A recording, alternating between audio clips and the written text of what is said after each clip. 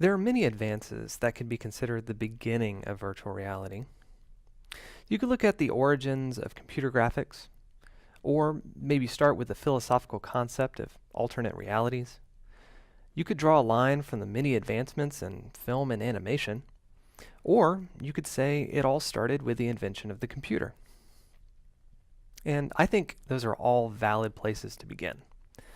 But for me, the history of VR begins with 3D display technology.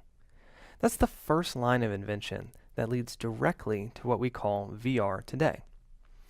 And the beginning of 3D display technology really starts in earnest with the stereoscope in 1838. This device was created by a brilliant English inventor named Sir Charles Wheatstone, and it worked like this. One picture is shown to the left eye, and another picture is shown to the right.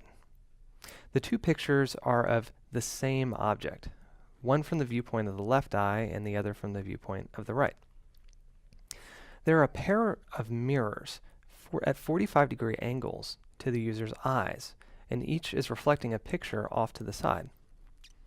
When the two views of the same object are shown to their respective eye in the same location, they fuse to form a view of a solid three-dimensional object. It's a pretty amazing invention, right? After the stereoscope, there were a number of improvements on 3D displays, and folks experimented with various kinds of immersive entertainment machines. But if we skip past all of those, the next biggest VR advancement was undoubtedly the Sword of Damocles. Many folks consider it the first VR and AR device, and it was invented by Ivan Sutherland at MIT in 1968. The Sword of Damocles was the first device to track a user's head motion and overlay synthetic 3D stereoscopic computer-generated graphics into their vision. The device had a long mechanical arm that extended from the ceiling and attached to the user's head, and the user was shown primitive wireframe 3D objects projected onto a transparent display. In this way, the Sword of Damocles was the first augmented reality display as well. Ivan Sutherland accomplished a great deal in the field of computer graphics, and make no mistake, he deeply understood the potential of VR. His pioneering work brought us a lot closer to the virtual reality technology we have today.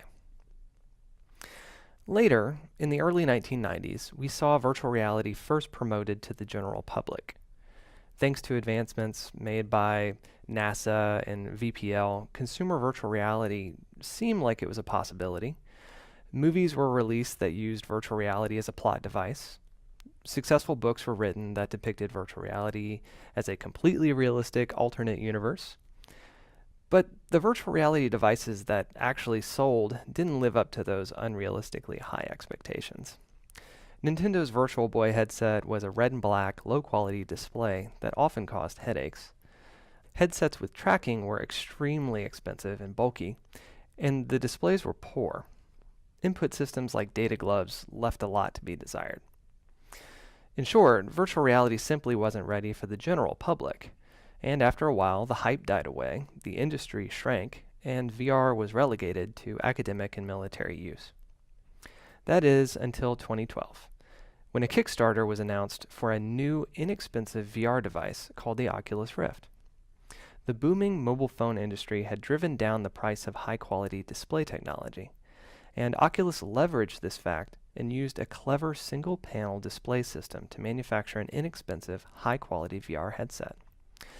Shortly thereafter, Oculus was acquired by Facebook for $2 billion, and we've seen the VR industry take off like a rocket. We're now experiencing the second wave of consumer VR, and this time, it's here for good. It's exciting to see how far things have come, and we're just getting started.